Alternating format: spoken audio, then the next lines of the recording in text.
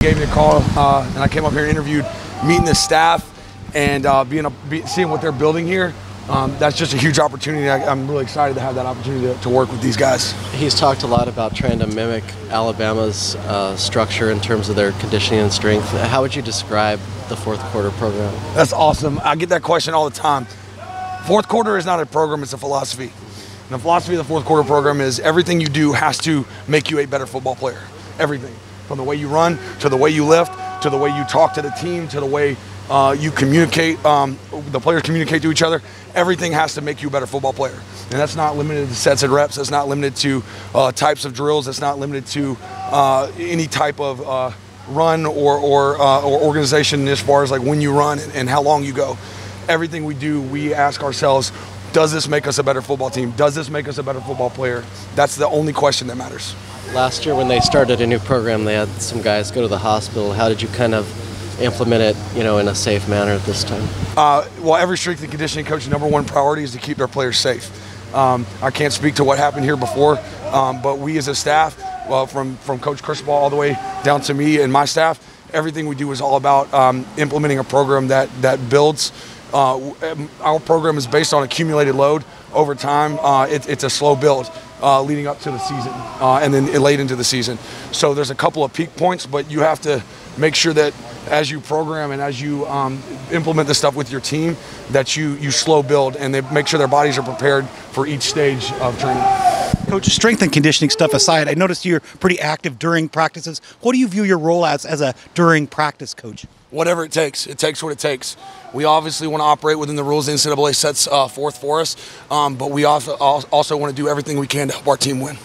I noticed in the stock picture that Ducks have of you on their website, your hair is different, you don't have that mustache.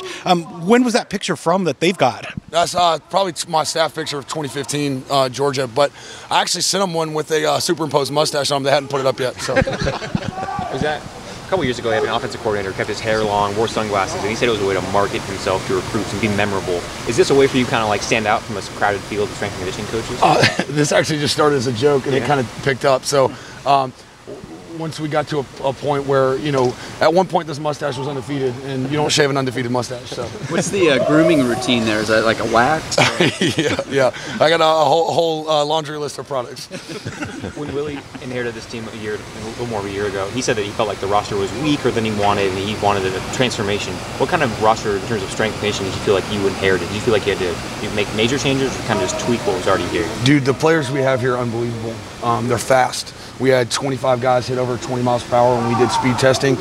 We had 11 guys hit 20 miles an hour at practice on Monday. We had 4 guys go over 21 miles per hour. That's unbelievable. We have a fast team. In terms of size and strength, they're as big and as strong as they can be right now, and they're going to get bigger and stronger.